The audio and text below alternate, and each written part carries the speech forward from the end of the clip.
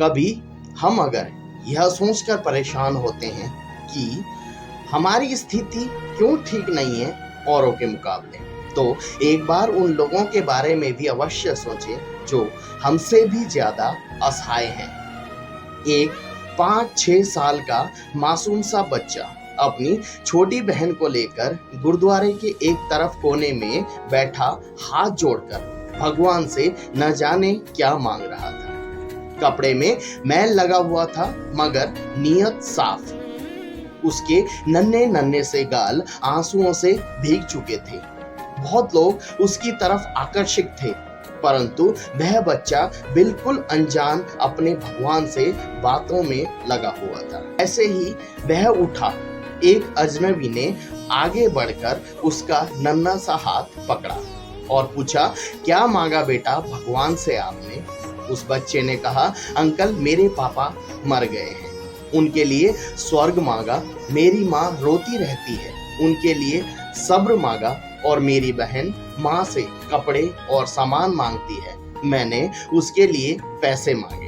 उस अजनबी इंसान ने उस बच्चे से पूछा कि बेटा तुम क्या स्कूल जाते हो? तो बच्चे ने कहा, हाँ अंकल मैं स्कूल जाता हूँ। अजनबी ने पूछा कि बेटा आप किस क्लास में पढ़ते हो? तो बच्चे ने जवाब दिया, नहीं अंकल मैं स्कूल पढ़ने नहीं जाता, मेरी माँ चने बना देती है, वह स्कूल के बच्चों को बेचता हूँ। बहुत सारे बच्चे मुझसे चने खरीदते हैं, हमारा यही काम धंधा है। बच्चे का एक एक शब्द उस आदमी के रूह में उतर रहा था। अजनबी ने फिर से पूछा कि बेटा तुम्हारा कोई रिश्तेदार नहीं है क्या जो तुम्हारा साथ दे?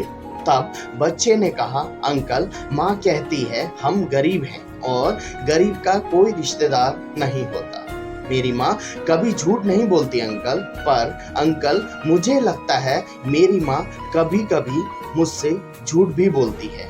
जब हम खाना खाते हैं तो हमारी माँ हमें देखती रहती है, और जब मैं कहता हूँ कि माँ तुम भी खाना खाओ तो माँ कहती है कि मैंने खाना खा लिया है।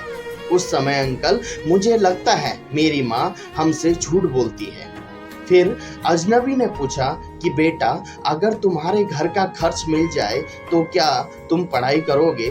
तो बच्चा बोला, बिल्कुल नहीं अंकल, क्योंकि पढ़ाई करने वाले गरीबों से नफरत करते हैं। बच्चा कहता है कि अंकल हमें किसी पढ़े हुए ने कभी नहीं पूछा, हमारे पास से कई पढ़े लिखे सभ्य इंसान गुजर जाते हैं पर हमें घिन भावना से देखते हैं। अब वह अजनबी आदमी हैरान भी था और शर्मिंदा भी। फिर उस बच्चे ने कहा, अंकल मैं हर दिन इसी गुरुद्वारे में आता हूँ, कभी किसी ने मुझे नहीं पूछा। यहाँ सब आने वाले मेरे पिताजी को जानते थे मगर अब हमें कोई नहीं जानता। बच्चा जोर जोर से रोने लगा, अंकल जब बाप मर जाता है तो सब अजनबी क्यों हो जाते हैं? पर उस आदमी के पास इसका कोई जवाब नहीं था। ऐसे कितने मासूम होंगे जो हसरतों से घायल हैं। बस एक कोशिश कीजिए और अपने आसपास ऐसे जरूरतमंद यतीमों बेसहाराओं को ढूंढिए और उनकी मदद कीजिए। मंदिर, मस्जिद, गुरुद्वारा, गिरजाघर में सीमेंट या अन्न की चीजों की बोरी देने से पहले अपने आसपास किसी गरीब को देख लेना, शायद उसको आटे की बोरी की ज्यादा जरूरत हो। आप सबसे निवेदन है कि अगर आपको पसंद आए तो सब काम छोड़कर यह वीडियो कम से कम 1 या 2 लोगों को अवश्य शेयर करें।